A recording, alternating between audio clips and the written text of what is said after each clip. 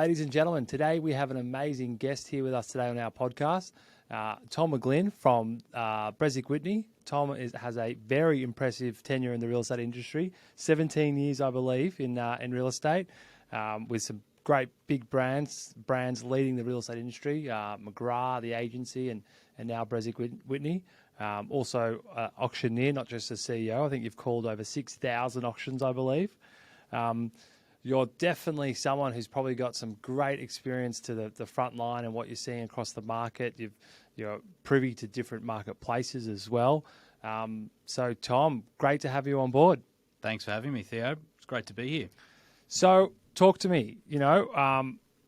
Finance and property right now are two hot topics on the media, two hot topics on everybody's mind right now. I think, everyone is cautious what's happening to not just the local economy, but the global economy. You can't really turn on the news and not see something about the state of the global economy at the moment. Naturally, that's trickling down to buyers' confidence and sentiment. I think we did a seminar not too long ago, probably before this storm, highlighting that sentiment was definitely the key issue at the moment. Are you still seeing that? What are you seeing across your network? Yeah, it's been a big change. Probably just before the start of the new financial year was when things started to get a little bit rocky. People will say it was happening back in February of this year, but things were still, I think, travelling relatively smoothly. Yeah, they were okay. Yeah, yeah, maybe not as good as what it was in 2021, but they're still okay. It was leading up to the election that probably exactly. And for the last 12 months, or at least in 2021, large proportion of Australia was operating only in one direction, which was upwards. I think what we've seen now is that different markets throughout the country are operating at different speeds, and even within those macro markets, there are micro differences with regards to what potentially might be happening. Say, for example, in the Sydney metropolitan compared to regional New South Wales, and on that note, what are those differences? Well, I'd say July, August, September, October were fairly tough on the ground in metropolitan Sydney. And what I like to say is that the Sydney marketplace is kind of like a speedboat. It can shift up and down or change direction very, very quickly, whereas a lot of other markets in Australia kind of operate like a cruise ship, where it takes a long time to move and then it goes up, and then a long time to move and then it goes down. And so Sydney can fall off a cliff very quickly, but it can also rebound very, very quickly. And you only have to look at the last 5 years to see where that has happened on a number of occasions. So, yes, the more salubrious suburbs in Sydney have taken a little bit of a battering over the course of the past 6 months. But interestingly, and I've been doing a lot of media with off the back of some CoreLogic stats that have been coming out, and other stats that major portals like Domain have also been producing, where they're starting to see some changes in some of the data that's coming through. And so in metropolitan Sydney in particular, we're starting to see some green shoots. We're not out of the woods yet, but we're starting to actually see some stabilisation. And the rate of decline decreased in the most recent month of data, right? Yeah, significantly. And I'm not as smart as you, Theo, when it comes to talking about all the stats, but I know what's going on the ground right now. And November for us is going to be our best month of the year. It'll be the first time in 6 months that we've exceeded 100 sales, and it feels as though on the ground we're coming into a period that between now and Christmas will probably be the best selling period that we've had all year. So 100% sales on what you've got listed, is that what you said?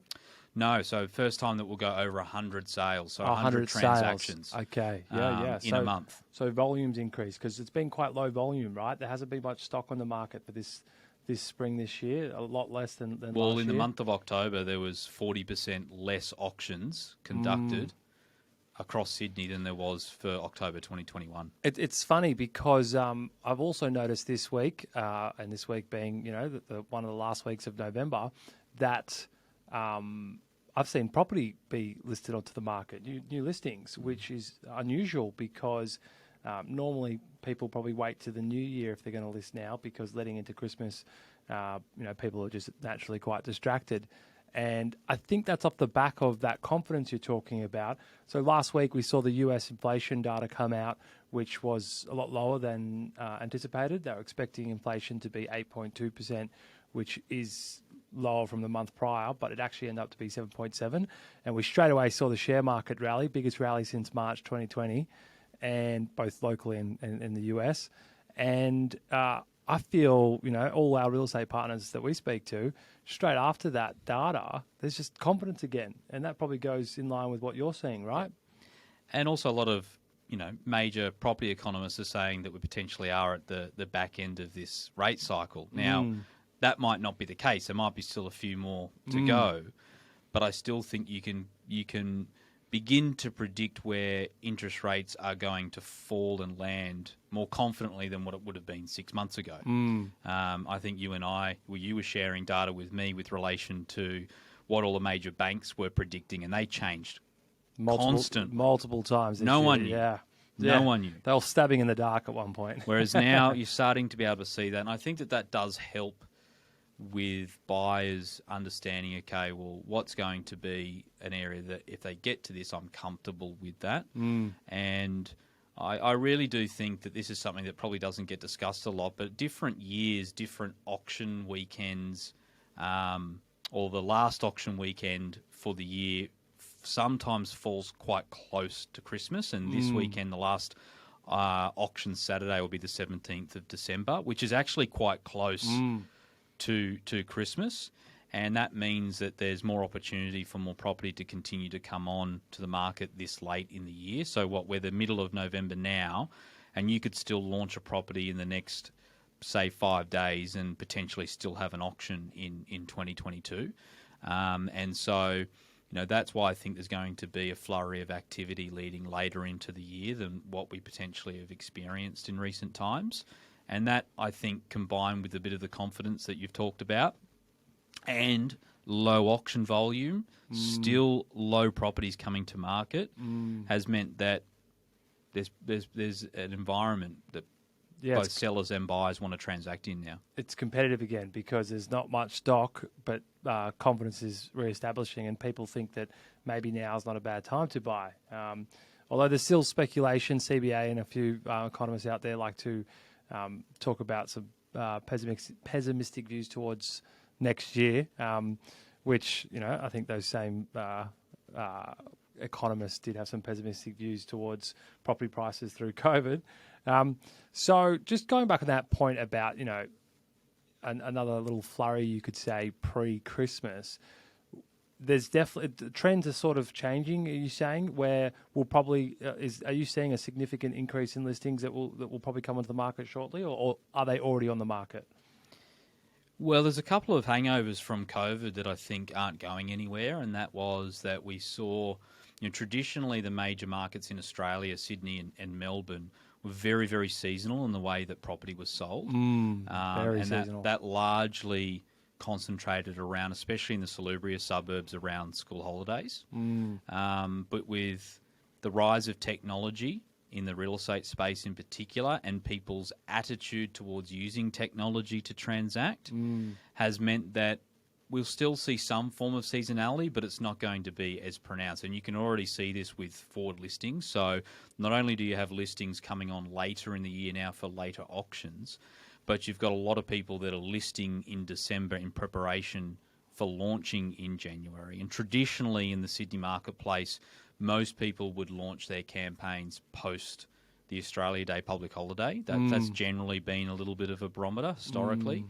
And, I know that most of my high-performing real estate agents in our business have properties signed up now. They're available to show the buyers that are in the market now, but they will predominantly be launching in that second week of January. Mid-Jan. Which is you've always seen some people take that strategy, but it's never really been something that's been across a large proportion of the industry. And from everything that I'm seeing, and from the people that I'm speaking to, that I think you'll see properties launch a lot earlier next year. You just touched on something that I want to elaborate on, and that was the fact that you said these properties are coming on the market in mid-Jan. However, they're bringing buyers through now. So if buyers are engaging with these real estate agents, there's probably a lot of opportunities they could take them through right now. I've seen that myself, that a lot of agents are in discussions with people that want to sell,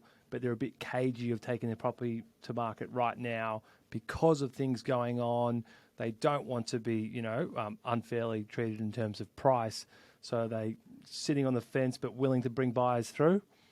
Yeah, that's happening a lot. And I think what we've just been talking about with regards to results, it's a misconception that, if you bought within the last 24 months or the last 12 months that, you're going to achieve a price that's less than what you bought for. Because with the way the market has gotten to in the last, I would say, month, you got to understand as well, in the inner west, eastern suburbs, lower north shore of Sydney, the clearance rate has actually been outperforming the wider Sydney clearance rate by a considerable margin, 5 to 10%. That is, when you're looking at the amount of auctions that have been conducted, that's quite a considerable margin. So there are opportunities there where you have buyers that want to purchase before Christmas. And a good example of this, we had a property that sold in the last couple of days, and the sellers had bought that property for roughly around $4 million, and it just sold off market for just under $4.2 million. Wow. Now, yes, they may not have made all of their costs back with relation to that transaction, stamp duty and so forth, but that just shows that there always is the exception to the rule in the current market, and it's not all bad, which a really, really, really tough market, say in the global financial crisis, or in actual fact, the Banking Royal Commission period. Yeah, that was tough. It was all one way. There was no exceptions to the rule. It was all one way. And I think that probably shows that the market isn't as bad as what all the macro data suggests that it is, and that people still really believe in blue chip real estate, especially in Sydney. It's funny, you mentioned those certain markets, Lower North Shore, Inner West, and the eastern suburbs, and there's definitely markets within markets because, even I was privy to I was at an auction room last night in Double Bay, and one of the houses there sold for a street record, and it went way over the price guide, and I was actually standing there quite speechless, going, I thought we were in a bit of a recession. What's going on right here? We're getting street records, and we've got 5-6 bidders going crazy well over the price guide, and the pace wasn't slowing down. Maybe it was a good auctioneer, who knows? But it's in some markets, especially at certain price points, very competitive still. Yeah, and unfortunately, data that comes out too is largely driven by the availability of the input to that data, and the prestige market is a really good example of this.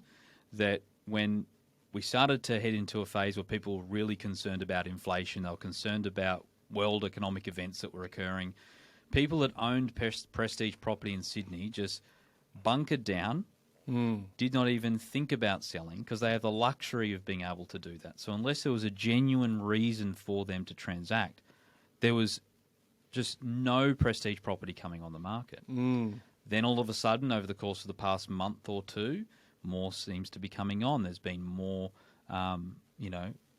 Better stock as well. Outstanding results that have been occurring. More A-grade properties come to market. Therefore, then the latest statistics that are coming out saying the prestige property market is actually leading the charge of stability. Yeah.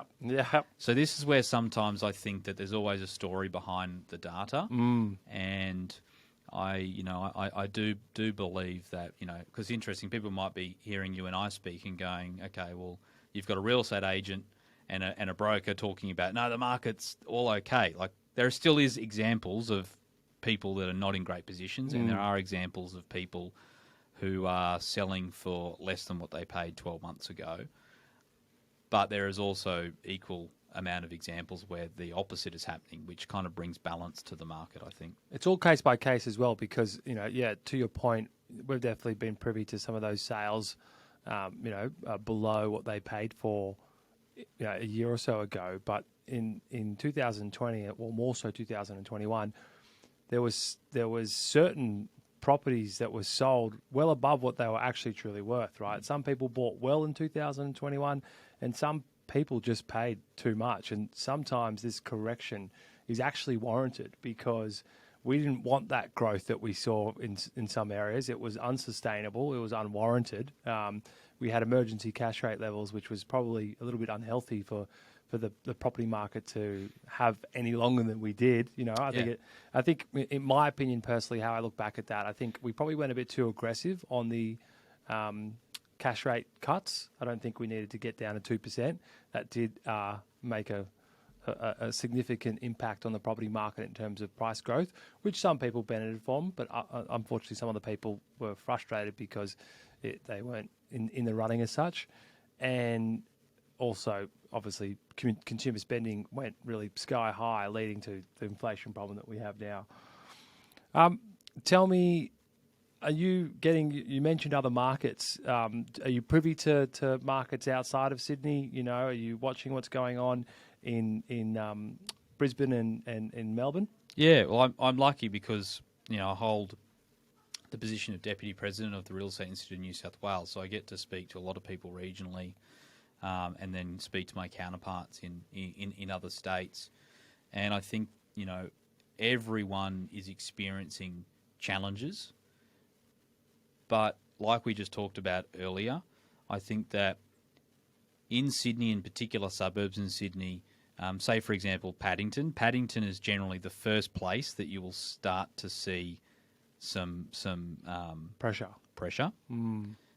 But it's also probably the first place that you'll start to see some resilience. Interesting. And that's the same in other areas around the country too.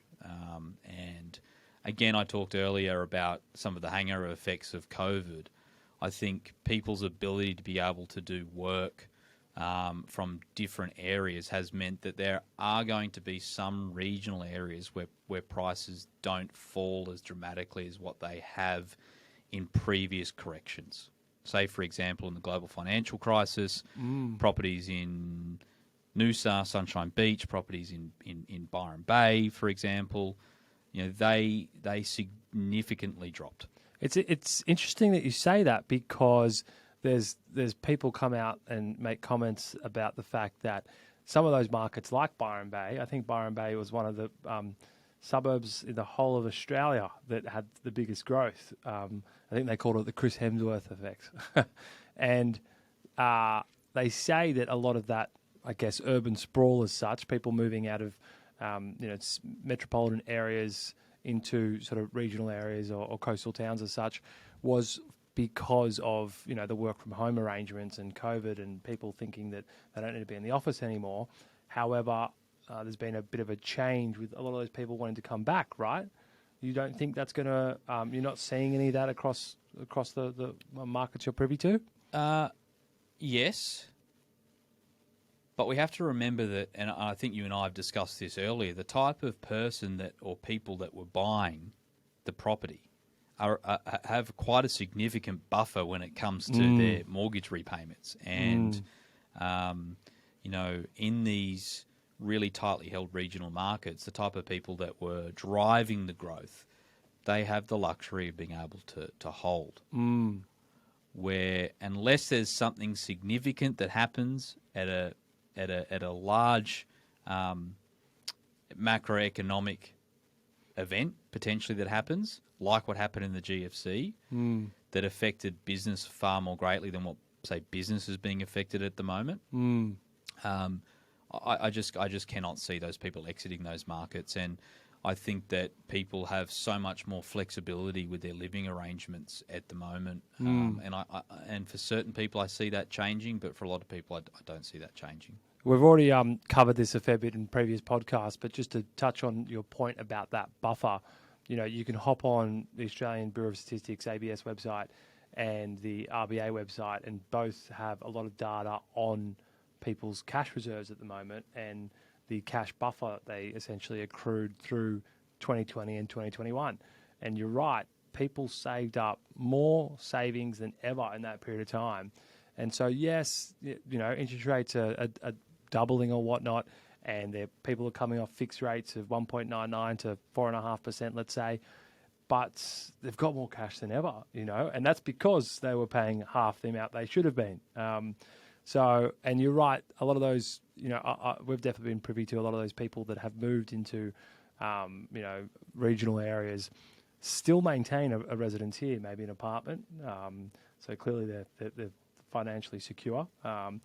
Question is, for how long are they going to want to pay higher repayments? Because I think some people did do their forecasts and feasibilities off lower amounts, but the bank did do their assessments off higher amounts. The bank did factor in a buffer for their calculation. So, yeah, it's going to be an interesting space to watch. Are you guys looking at expanding into other areas, just out of curiosity?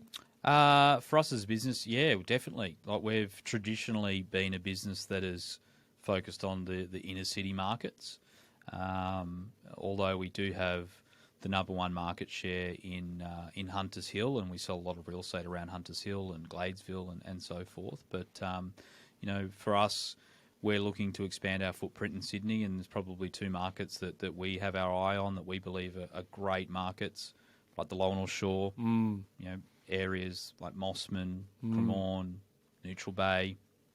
And then at the moment, we generally sell up to Bondi Junction, and then further east into the beachside suburbs and harbourside suburbs, we haven't generally had that great of a presence, and we believe that's another great connector market for us, because, again, it's one thing that we've noticed with the way that we operate as a business is that, buyers are now more predominantly shopping by property category, not suburb. But what that means is that property category is at different price points across different areas. And they will elaborate on that. What do you mean by that?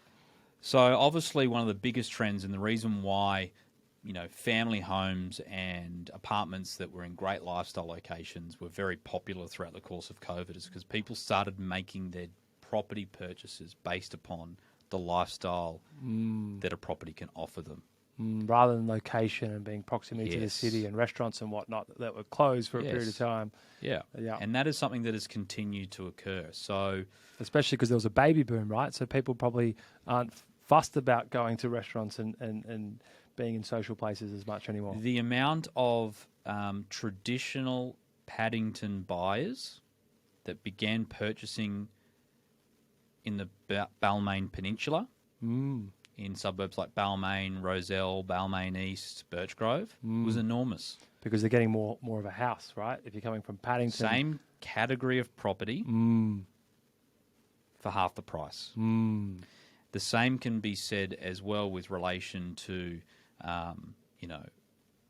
there seems to be, if you look at all the data that comes out of the major portals, realestate.com and Domain, there's a large amount of lower North Shore people buying property in the inner west. A large amount. So there's connectivity between those two markets.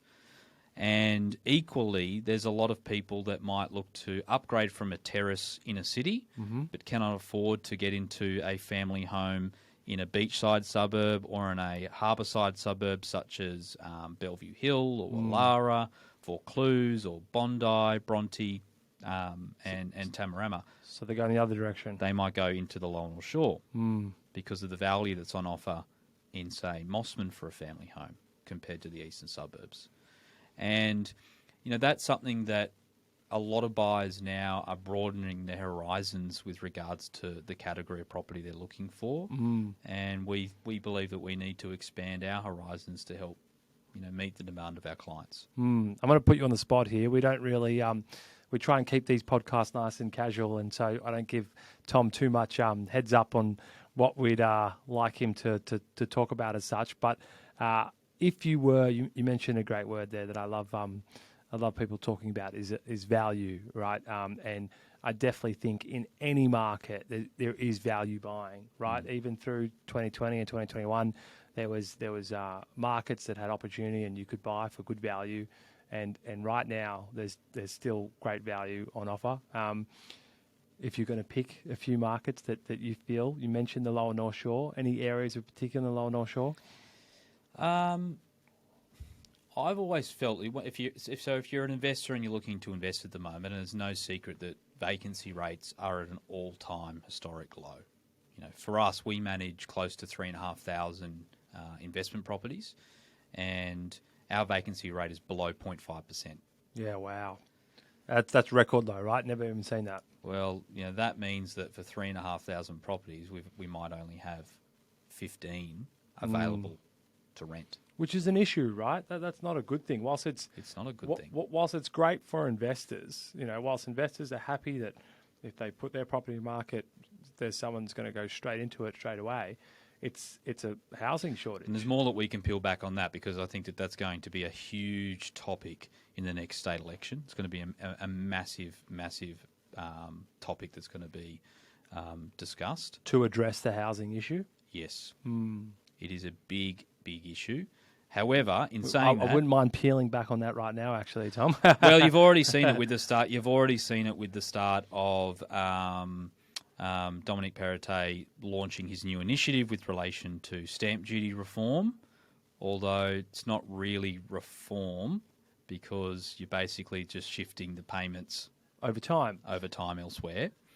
And that has been something that, they did a lot of deals to be able to get that piece of legislation through. It was talked about for a long time, and I'm surprised it passed legislation actually last week. That was one thing I did have on my my checklist of things I did want to raise with you. The stamp duty reform, it was, I think, originally meant to be on offer as of the 15th or 16th of January. And now people can actually, if they buy a property now, they still have to pay the stamp duty, but you can apply for a refund. Whilst I just want to elaborate on that, because I think it's a great win for first home buyers, and I'm sure you'll probably start seeing it in the markets where people sort of can buy property up to that $1.5 million price limit, which is where the stamp duty waiver is capped at for first home buyers. Whilst you pay an annual property tax, we've done some calculations as such, because you need to make some assumptions in terms of if you want to compare annual property tax versus stamp duty, which is better for the consumer over a period of time. Since the annual property tax is based on a percentage of the actual property value, you do need to factor in some future growth into that property, in the property value. So I think some people are saying, well, the property tax is going to work out to be more.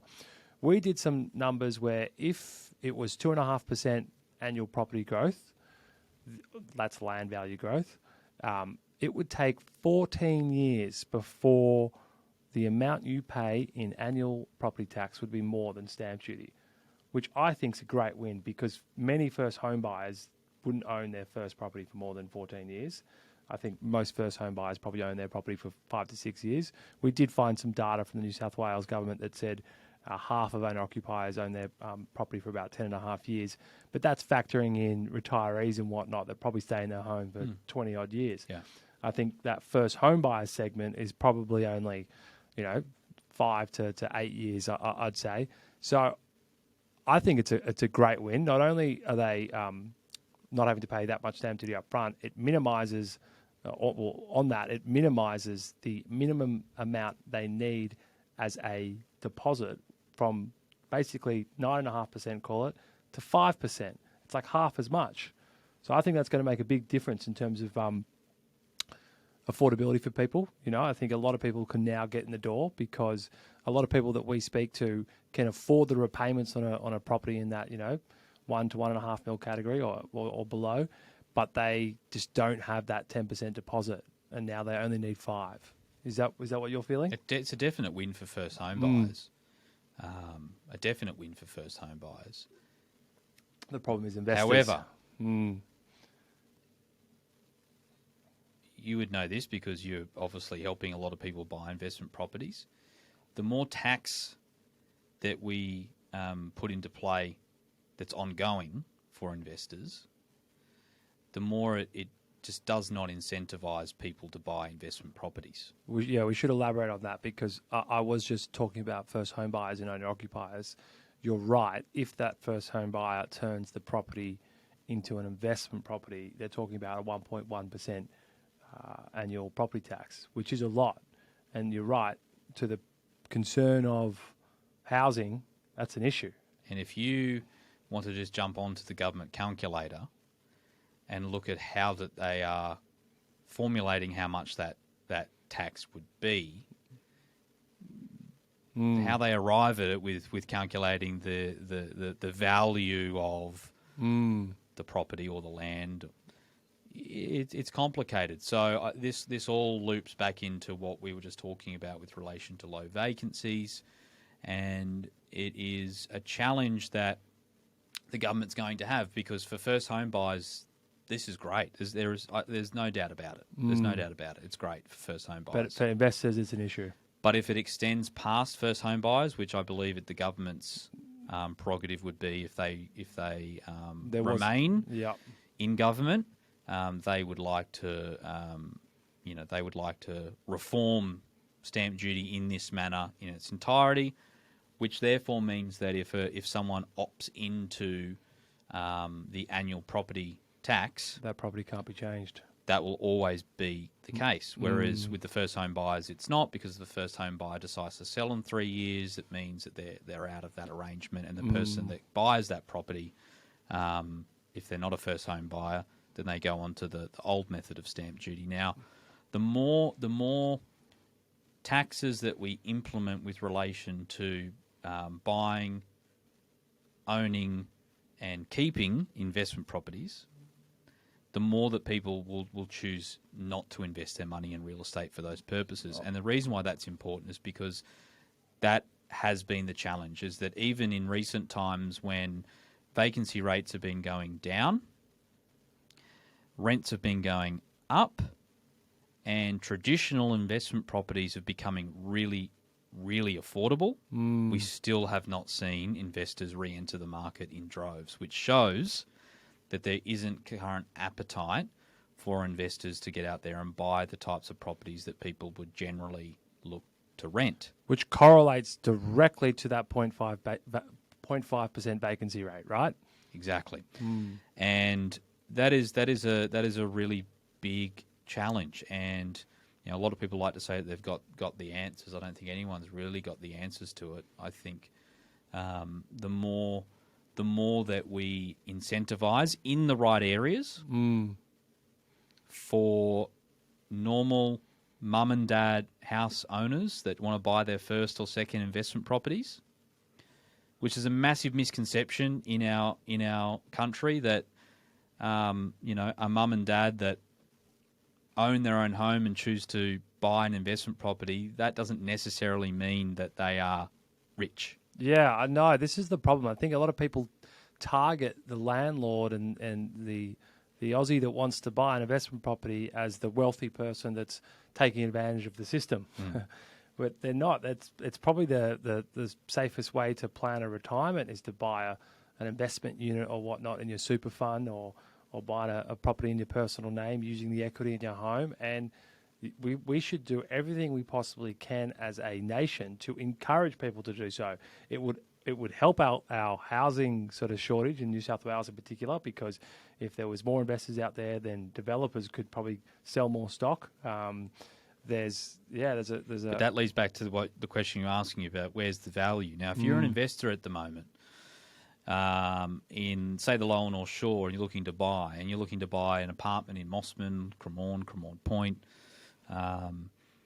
these really great traditional blue chip Lower North Shore suburbs, you will be able to buy well, which gives you opportunity for potential capital growth in the future, but you will get a great return on your investment. And in actual fact, there's a lot of those opportunities around at the moment. I've seen some apartments transact in Wallara, for example, Art Deco apartments that have transacted for 15% less than what they probably would have transacted in 2021. So you've instantly got some potential for future growth there, and they probably are transacting at 1.6 million, where last year they would have sold for upwards of $2, and you might be able to get $1,400 to $1,500 a week rent So for these apartments. And that to me, that's a great opportunity for potential investors out there.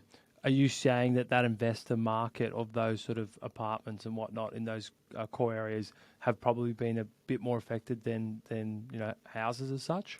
The only reason why I think that they've been affected a little bit more is because investors the demographic of buyer hasn't re-entered the market. And we haven't seen the investor loans, I'm not sure where that's at, but the approval of investor loans hasn't translated into on-the-ground buying. And, that's why I think that, we haven't seen those prices potentially propped up as much as what you have seen for family homes, because you just don't have a normal set of demographic there buying. Which goes back to sentiment, right? Because I think actually at our that joint webinar we did 6 months ago, there was starting to be an uptick of investors coming into the market because yields started to improve at the start of the year, and there was the forecast. When I say yields, that's rental yields. Rents have been going up, I think, since January was what we discussed. There was the expectation with rates going up, naturally rental yields should also further improve. That's just a fundamental of economics. But then with that change in sentiment and that decrease in confidence, those investors just all of a sudden stopped and sat on the fence because basically the world's telling them to, right? Yeah, and that then leads back to the government challenge that we've got. And that's why it is going to be an interesting period for us, because I do believe that property is going to be at the centre of a lot of the debates that occur with regards to what's going to happen at the next state election, and it's going to be a hot topic. It's going to be a hot topic, but and that's why I think that the Australian property market, in particular Sydney, always is a lot more resilient than what property commentators would like to think, because property is something that is discussed like it's a spectator sport. And so many people have such an invested interest in property that, especially in Sydney, yes, it does take its hits, and we saw that Banking Royal Commission. We've seen that in the last 6 months, but that's why it's still, I think, a great asset class for people to buy. Well, speaking about that resilience, you mentioned, if we saw a substantial sort of financial event next year, that would be the other concern. And you referenced the GFC as being one of those substantial sort of financial crises as such. The local market in Sydney only actually came off 7% in that substantial financial crisis, right? So speaking of resilience, it's definitely a market that even in tough times, the supply is met with demand, right? There's a never-ending issue of supply that is only getting worse at the moment. So for that new housing and developers, and speaking of the hot topic coming up in these upcoming elections, approvals for new housing has decreased, supply is decreasing, yet demand is increasing. We're having a huge surge of immigration coming. There's a queue of people apparently at the door, and the forecast for the next year or two or three, I think it is, you can actually clearly see where supply is going based on these approval rates, these new housing approvals, and it's getting worse. So I think, despite, on that point, despite speculation of interest rates, probably having another one or two increases to come, and the state of the global economy with inflation and consumer spending expected to decrease, I think if there's these fundamentals that you look at where there's not enough houses for people to live in, there's a never-ending demand, there's immigration coming, I think that resilience is something that people need to really consider and think about. Well, the immigration is, they're coming through, and it's on our doorstep. And if you look at apartments that are coming available for rent in areas like Coogee, Bondi, which for 2 or 3 years now have not had the workforce that we generally get from overseas that come and support Yeah. hospitality industry and other service industries. It's back because 2-bedroom apartments in Bondi are seeing 100 people turn up for the first open for inspection for a rental. And we need those workers. And amongst them are Brits from Ireland, Scotland, England, We need South America. So I don't think we're going to be able to solve the challenges that are ahead of us. However, I think that, although I think that it's something that people don't want to confront, we need to have incentives for people to build things. We need to have, a lot better efficiency at a local government level with regards to getting development plans through and approvals through. That is a really slow process at the moment. Yeah, for New South Wales, we're so far behind our neighbours. Queensland and Victoria are leaps ahead in terms of, letting developers sort of provide new housing. Supply in those markets is much better than it is for us locally. But tough times don't last forever, and I think for people that might be tuning in, listening to the podcast, that these are the opportunities and times where you can buy at a heavy discount in those great suburbs, and that's throughout Sydney. Whether or not that's in great suburbs like Newtown or Balmain, Hunters Hill, Mossman, Paddington, Bondi.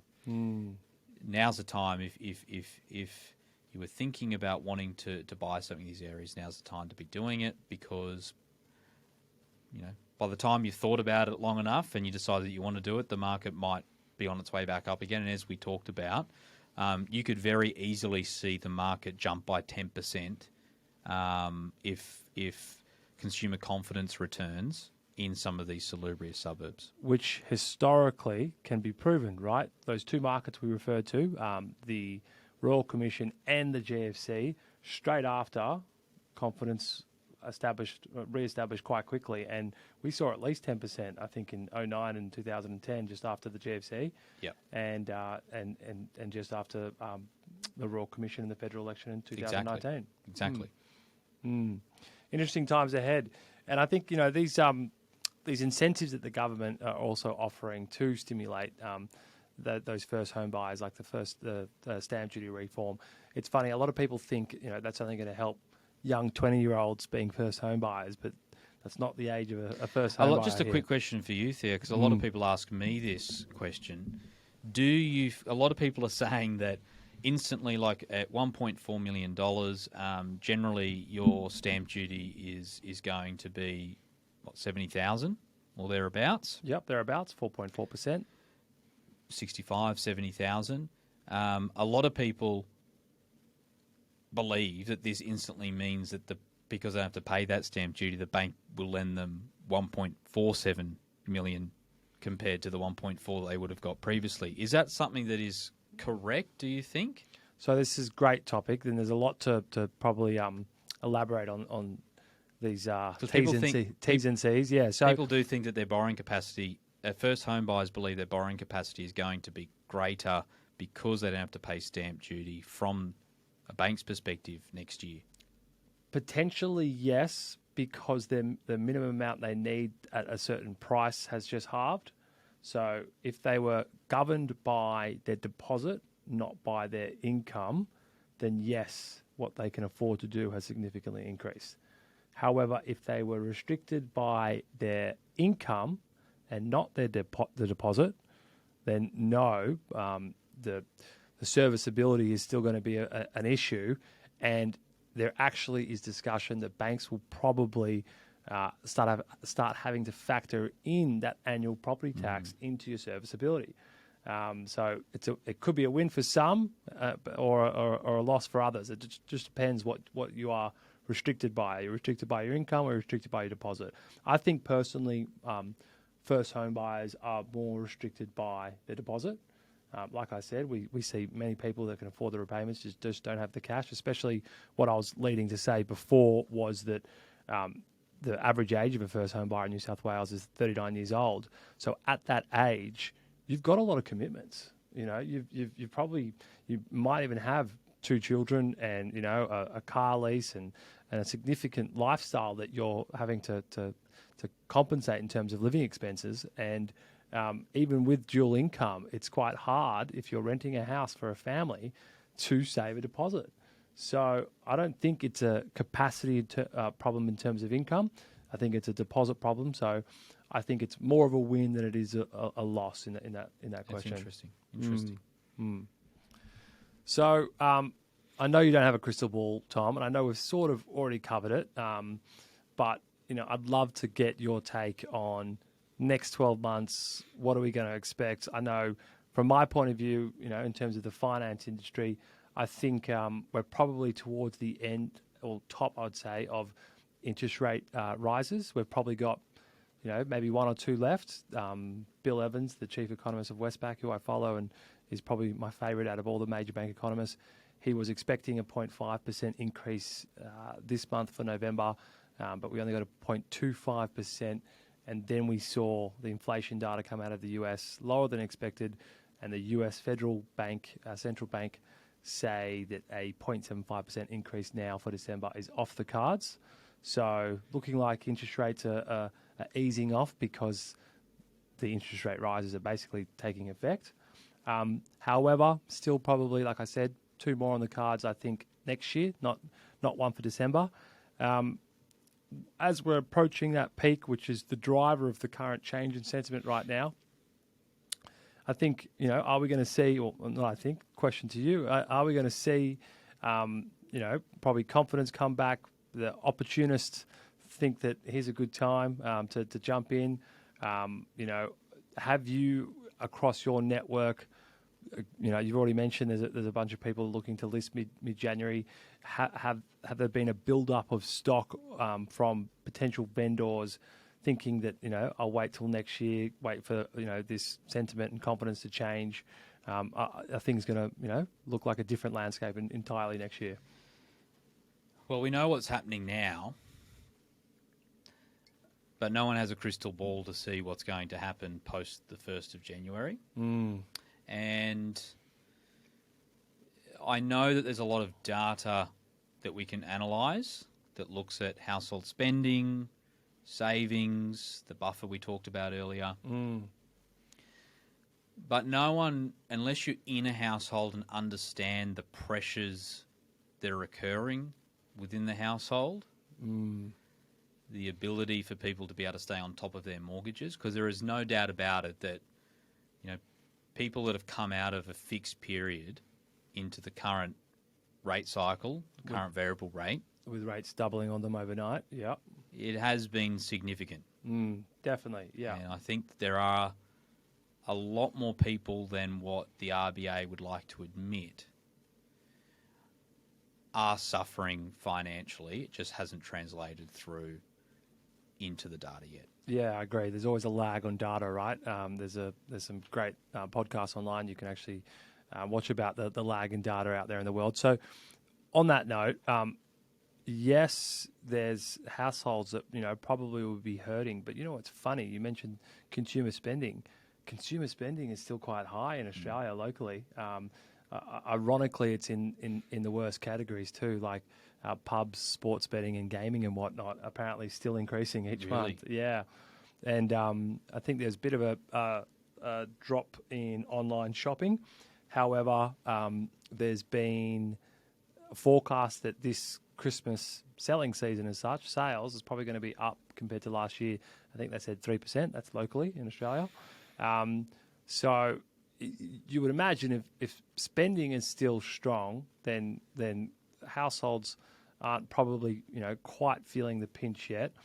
Although there is a lag, they say, for households to adjust their spending and adjust, you know, their cash flows from higher rates. So once these higher rates maybe have been around for 6 months and maybe that cash buffer has taken a hit, then we might see a decrease in spending. And I think that's a big thing as well, like in terms of you might be able to take the hit of the increase in your mortgage for 6 months. And I think this is the big unknown leading into next year, that we know right now the market, as I said earlier, has some green shoots. It's starting to show some positivity after what's been a pretty dark 3 to 6 months. But the one thing that's been really prevalent in this last period we've been in is that listing volumes have been down significantly year on year. And generally what happens in a period where there is more financial pressure is that there are more sales that occur or more listings that come to market because people are in a position where they need to sell and not want to sell. And we have not seen that yet. Yeah, that's a very valid point. Just on that stock levels, because that's a really good point to highlight. We've seen a bit of a correction in prices, yet I think the stats were, now it's changed for month up to November, 27% less listings across, I think that's Sydney or New South Wales, I'm not entirely sure, but 27% year on year less in spring than there was in 2021. And 21 was actually a low volume year as well. 21, I think, was 17% below the 5-year average prior. So, yeah, it's a very valid point. And this is why it has been very confusing for sellers, because prices have come back, but a seller will say, but there isn't anything else on the market. But there's still 40 people coming through the open for inspection, which is a reality. Our open for inspection numbers have not decreased year on year. So people are still out physically walking through property.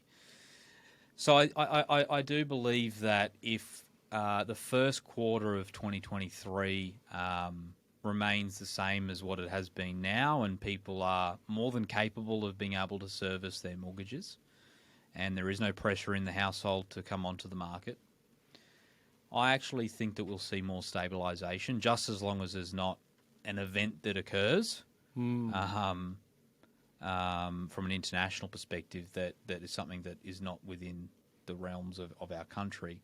I think that we'll continue to see stabilisation, which is, to me, that provides a great opportunity for buyers and sellers also, because when there's stabilisation, there's a far better platform for you to upsize, to downsize as an owner.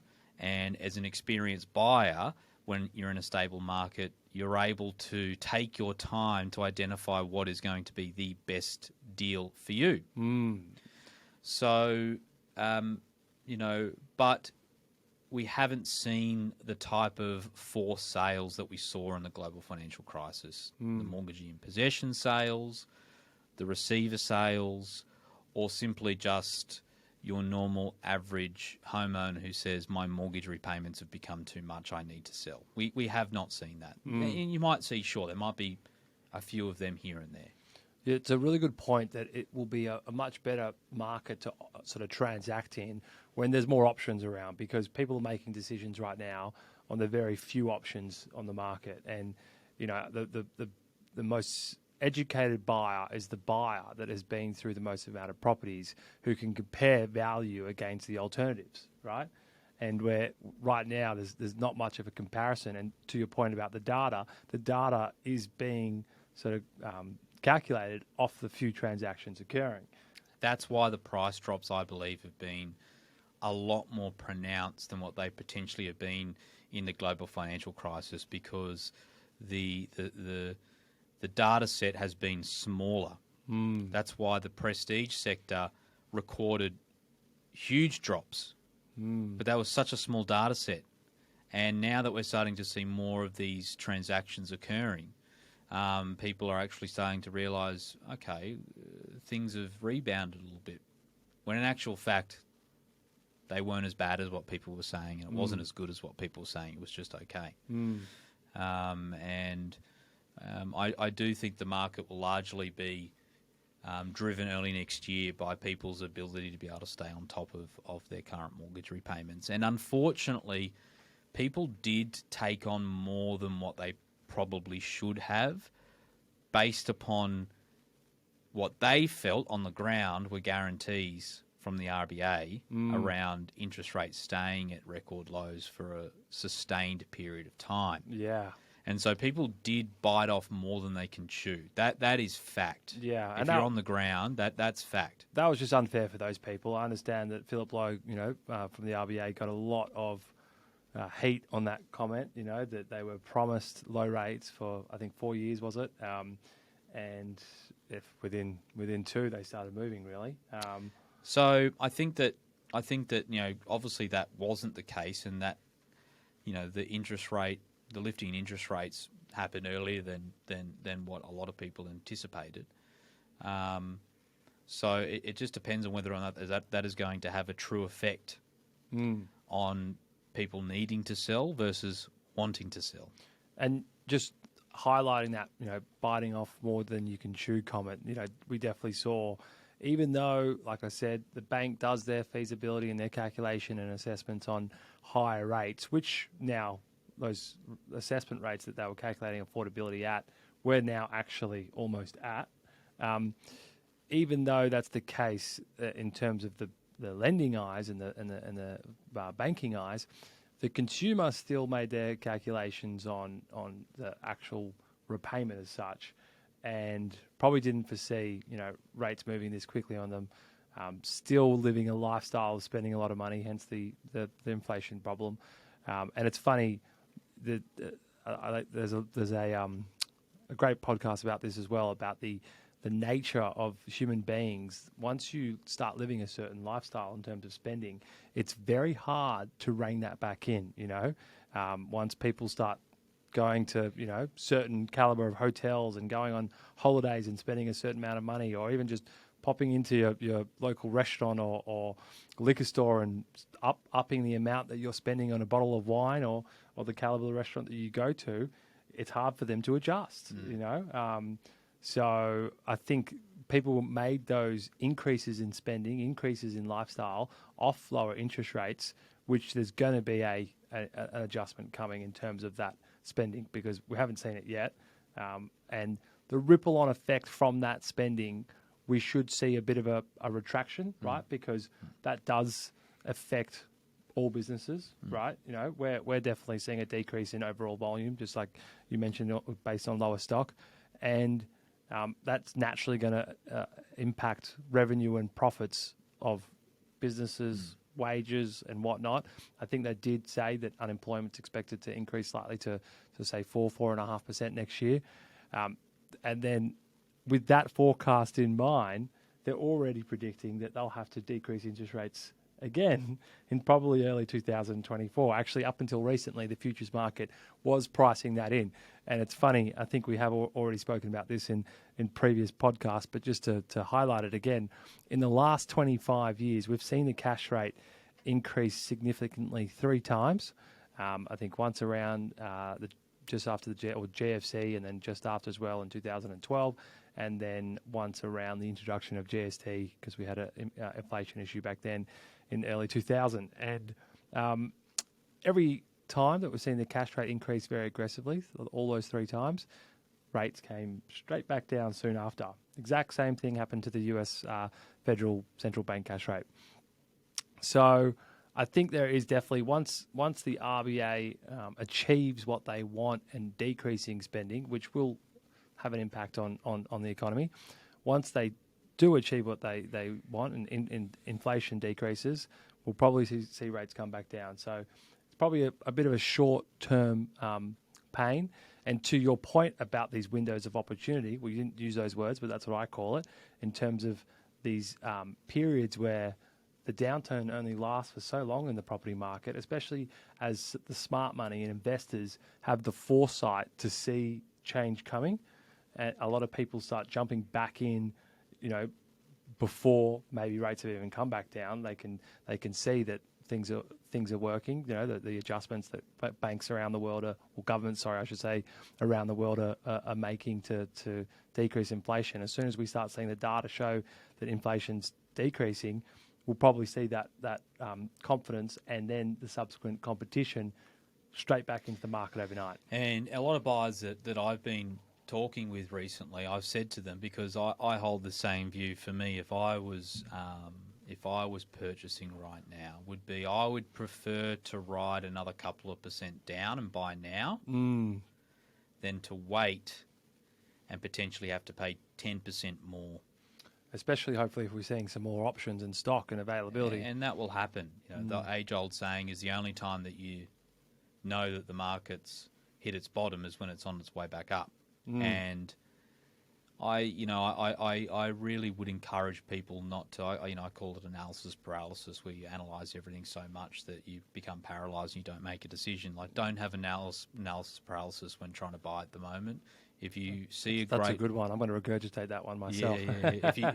If you identify a good piece of real estate, you know it's something that you're going to be buying at a discount compared to what it probably would have sold for in the last 2 years.